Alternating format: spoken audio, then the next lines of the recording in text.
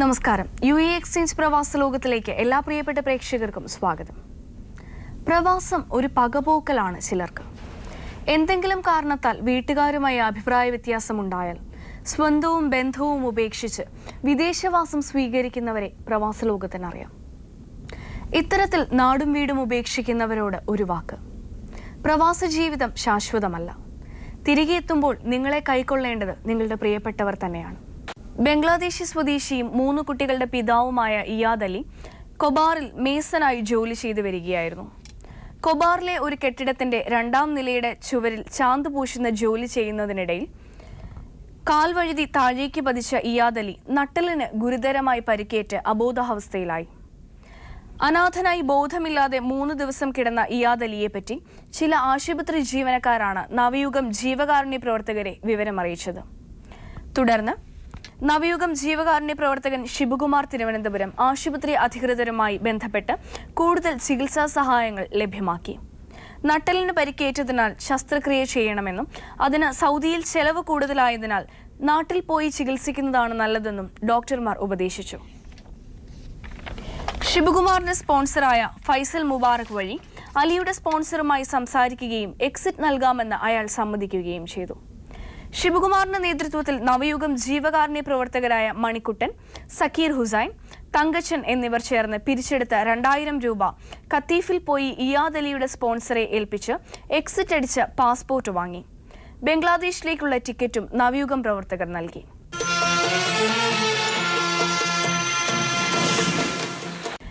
നീണ്ട നാളത്തെ ശ്രമഫലമായി സജീഷിനെ തിരികെ നാട്ടിലെത്തിക്കാൻ പ്രവാസ ലോകത്തിന് സാധിച്ചു.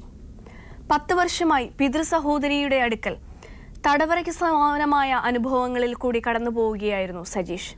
ഞാറയ്ക്കിലെ സജീഷിന്റെ വീട്ടിൽ പ്രവാസ ലോകം സംവിധായകൻ റഫീഖ് റാവുത്തർ കണ്ട കാഴ്ചകളിലൂടെ.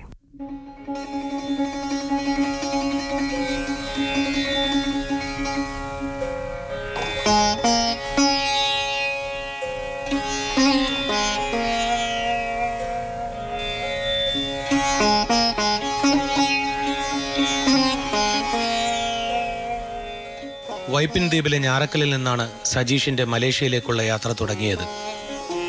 മത്സ്യത്തൊഴിലാളിയായ അച്ഛൻ്റെ ഏക മകൻ. പിതൃസഹോദരിയുടെ മകൾ മലേഷ്യയിൽ ജോലി വാഗ്ദാനം ചെയ്തപ്പോൾ അവനൊന്നും സംശയിച്ചു കാണില്ല. 10 വർഷത്തെ ശമ്പളമില്ലാ ജോലിക്കൊടുവിൽ പ്രവാസലോകത്തിന്റെ സഹായം വഴി നാട്ടിലെത്തുമ്പോൾ കയ്യിൽ ഒറ്റ കാശുമില്ല.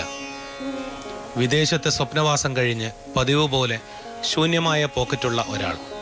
ഇത് ഞങ്ങൾക്ക് പുതുമയുള്ളതല്ല. പ്രവാസലോകം വീണ്ടും ഒരു തിരിച്ചുവരവിൻ്റെ കഥ പറയുകയാണ്.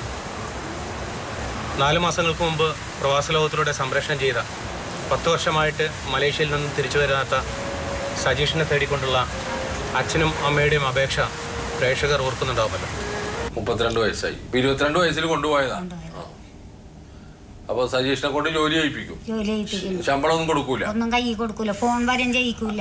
എന്താ കാരണം? ഫോൺ മേടിച്ച് അവര് 2 ഫോണാവുമ്പോ വാങ്ങിച്ചിട്ട് അത് 2 അവര് വാങ്ങിച്ചെടുത്ത്. എന്താ കാരണം? നാട്ടിൽ പോകുമ്പോ തരാന്നും പറഞ്ഞു. പിന്നെ അത് കഴിഞ്ഞ് നമ്മ ഇവിടുന്ന് ഞാൻ വിളിക്കുമ്പോ മാത്രം അവള് എടുത്ത് അവള് സ്പീക്കറിൽ ഇട്ടിട്ടേ കൊടുക്കുള്ളൂ. വേറെ എന്തെങ്കിലും പറയണ്ടെങ്കിൽ അപ്പൊ അവള് വാങ്ങിച്ചെടുക്കും ഫോൺ. എന്താ അവൾക്ക് ആവശ്യം ഈ കുട്ടീനെ അവിടെ നിർത്തണ്ട, ശമ്പളം കൊടുക്കാതെ? ഒന്നും കൊടുക്കലില്ല എന്നാണ് പറയണത്.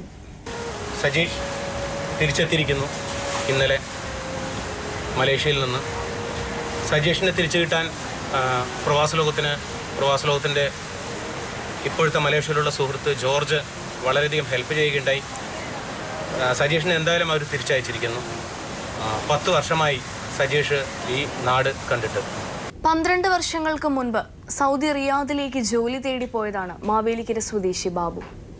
2007 സെപ്റ്റംബർ വരെ വീടുമായി സ്ഥിരമായി ബന്ധപ്പെടുകയും പണം അയക്കുകയും ചെയ്തിരുന്നു. പക്ഷെ പിന്നീട് ബാബുവിനെ കുറിച്ച് വീട്ടുകാർക്കോ നാട്ടുകാർക്കോ യാതൊരു വിവരവും ലഭിച്ചിട്ടില്ല. ബാബുവിന്റെ ഫോൺ നമ്പർ ഇപ്പോഴും നിലവിലുണ്ട്. കഴിഞ്ഞ 12 വർഷങ്ങളായി ഭാര്യ ശൈലജയും മക്കളും ബാബുവിന്റെ തിരിച്ചുവരവും കാത്തിരിക്കുകയാണ്. ആകെ എത്ര വർഷമായി ഇപ്പൊ? മൊത്തം നേരത്തെ പോയിട്ടുണ്ടായിരുന്നു സാറേ. പോയിട്ട് പിന്നെ ഇപ്പം നിലവിൽ പോയിട്ട് 12 വർഷമായി. 20 വർഷം.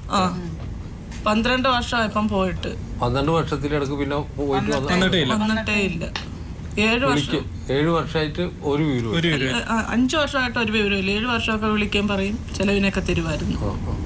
പിന്നെ 5 വർഷമായപ്പം ഒട്ടും വിവരമില്ല, ചെലവിനും തരത്തില്ല, വീട്ടിൽ വിളിയൊന്നുമില്ല. അപ്പം ഞങ്ങൾ പറയുന്ന ഒന്നുമില്ലെന്നുണ്ടെങ്കിലും ഞാൻ പറയുന്നൊന്നും പൈസ തന്നില്ലെങ്കിൽ ഇനി നാട്ടിൽ കയറി വന്നാൽ മതി. ഞങ്ങൾക്കത് മാത്രമായി സാറേ. കഴിഞ്ഞു പഠിക്കുന്നില്ല. അല്ല, പോളിക്ക് മോളോ 9ാം ക്ലാസ്സിൽ പഠിക്കുന്നു. 9ാം ക്ലാസ്സിൽ പഠിക്കുന്നു. അച്ഛപ്പോ അത് വലിയ പുലിവാലായല്ലോ അല്ലേ? കാശ് കഴിക്കില്ല. അമ്മയ്ക്ക് വല്ല പണിയുണ്ടോ? വല്ല പണിയുണ്ടോ? എനിക്കൊരു പണിയില്ല. ഞാൻ ഓഡിറ്റോറിയത്തിലൊക്കെ പോയി പാത്രമൊക്കെ കഴുകി, പിന്നെ അടുത്തുള്ളവരൊക്കെ പിന്നെ ചേട്ടത്തിക്കും ചേട്ടനും സുഖമില്ലാത്തതാ, അവരൊക്കെ എന്തെങ്കിലുമൊക്കെ സഹായിക്കും. ഇപ്പം മോൻ അഡ്മിഷന് പോലും കാശില്ലാഞ്ഞ് വിഷമിക്കുക. ഒരു കടക്കാൻ വീടും ഒന്നുമില്ല. ബാബുവിനെ കണ്ടവരാരെങ്കിലും ഉണ്ടോ? 5 വർഷത്തിനടുത്ത് കണ്ടവരൊക്കെ ഉണ്ട്. എല്ലായിടത്തു നിന്ന് പോകുന്നവരെല്ലാം കാണുന്നുണ്ട്. അവരുടെ അടുത്തെല്ലാം പറയാൻ പൈസ അയച്ചു കൊടുക്കുന്നുണ്ട്. അവരൊക്കെ വിചാരിക്കും അതൊക്കെ ശരിയായിരിക്കും. യാതൊരു അറിവുമില്ല ഞങ്ങൾക്ക്.